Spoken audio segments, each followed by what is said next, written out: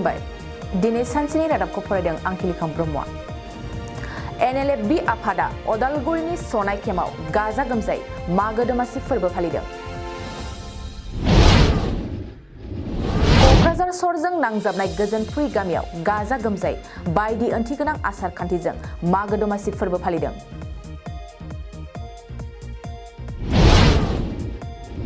क'क्राझार तितागुरि मासपारा गामिनि रायजो राजाफ्रा गेवलां फोथाराव रंजा बाजायै मागो दमासि फोरबो फालिदों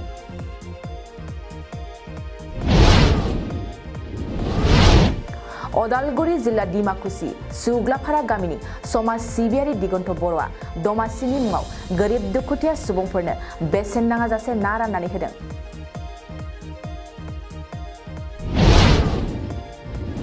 नेपाल काठमान्डुनिफ्राय प्रकाशसिम सा 68 दावबायारि लानानै फैनाय उराङा गाहायाव गोग्लैना सा 40 सुबुंफोरा जायगायावनो जिउ गोमादों जिल्ला नदुवार दखरा 2 नं अनजालिपारा गामिनि समेन नार्जारिया बेंगालराव हाबा मावनो थांनायाव लामायाव गोमालांदों कमतापुर गोरोबथा खालामनो थांनाय आरो राजबंशी हारिनि हाथियार लाग्रा आफादनि गोजोन लुबैनायखौ EM रन्जित बसुमतारिया बरायदों ब्रह्मपुर FRC आफादा साखाथिनि दरब्रै गामिनि ब्रह्मपुर नतुन सनापुर सापागुरि आरो थाइसिगुरि जथायै गाजा गोमजा सेथि खेब दमासि फोरबो फालिदों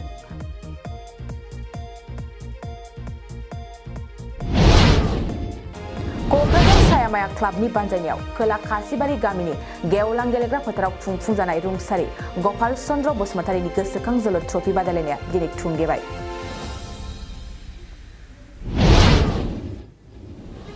दिनै सानसेनि रादाब फरायथिनायाबो एसेनोसै गोजोन्थों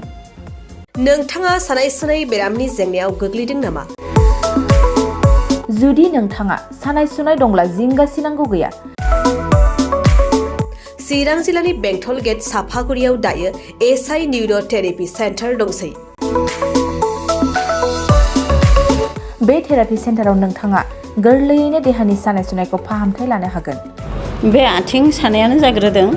ओमफ्राय जानाया एसे सिगांनिफ्रायनो जाखादों ओमफ्राय बिदिनो गुबुन गुबुन मुलि जाबाबायदों ओमफ्राय हामाखै दिनैनि ट्रिटमेन्टआ नङा आङो एसे मोजां मोनसिनबाय जेरै सिं सानाय आफादावरि सानाय मोदोम जरा सानाय आइजोफोरनि जेंना खर' सानाय बायदि बेरामखौ फाहामनाय जायो लोगोसेयैनो बे सेन्टाराव थानानै फाहामथाय लानो हानायनिबो सुबिदा खालामदों